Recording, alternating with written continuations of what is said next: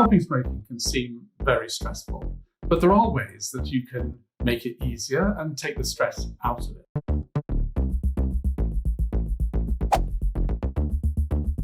One of the things that makes it stressful is this idea that somehow if you have a cigarette, you failed. And I think this is the first and most important thing, is that the truth is that just trying to stop smoking in itself is a really positive thing to do, and to sort of embrace it and say, well, look, every cigarette that I don't smoke is a cigarette that hasn't had a chance to harm me.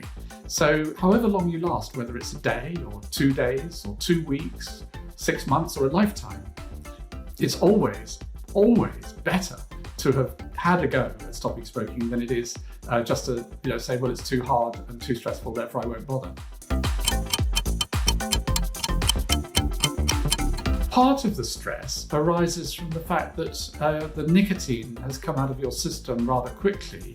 It actually comes out of your system within a day or so. And then it takes the body, about 4 weeks to recover, to adjust to the fact that the nicotine's not there. And a lot of that recovery process is reflected in the way that the brain works. And that means that you've got things like irritability. You get irritable, and it's not your fault. It's really nothing to do with you at all. It's just one of the withdrawal symptoms from stopping smoking.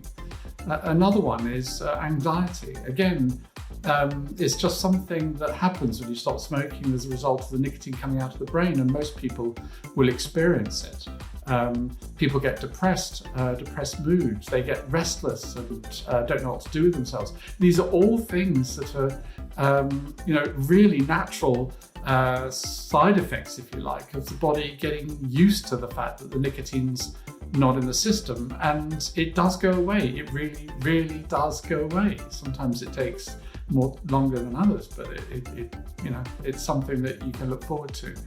And in fact, it's worth remembering that after a few weeks, actually, the evidence that we've had very strongly tells us that people who've stopped smoking actually experience less stress than they did while they were smoking. They're actually less stressed, less anxious, and their whole mood is improved. So that's something to look forward to as well.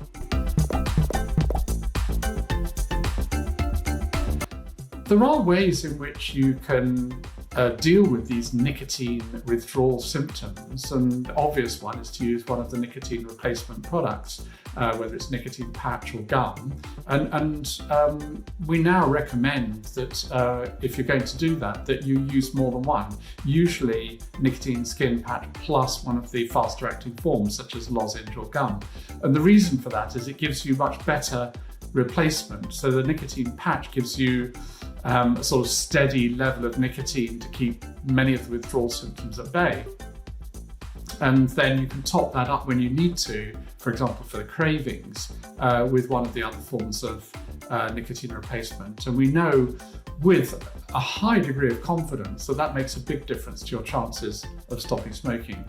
So that is one thing that you can do that would be relatively straightforward. I know a lot of people don't like to take nicotine. Well, why am I using nicotine to get off nicotine? But the reason is that it's not like a cigarette. It's not giving you nicotine anything like as rapidly as a cigarette. So it acts as a sort of buffer between having your nicotine from a cigarette, which is rather like sort of smoking crack, a very, very rapid nicotine delivery, all the way through to being off nicotine altogether. So it really does make sense.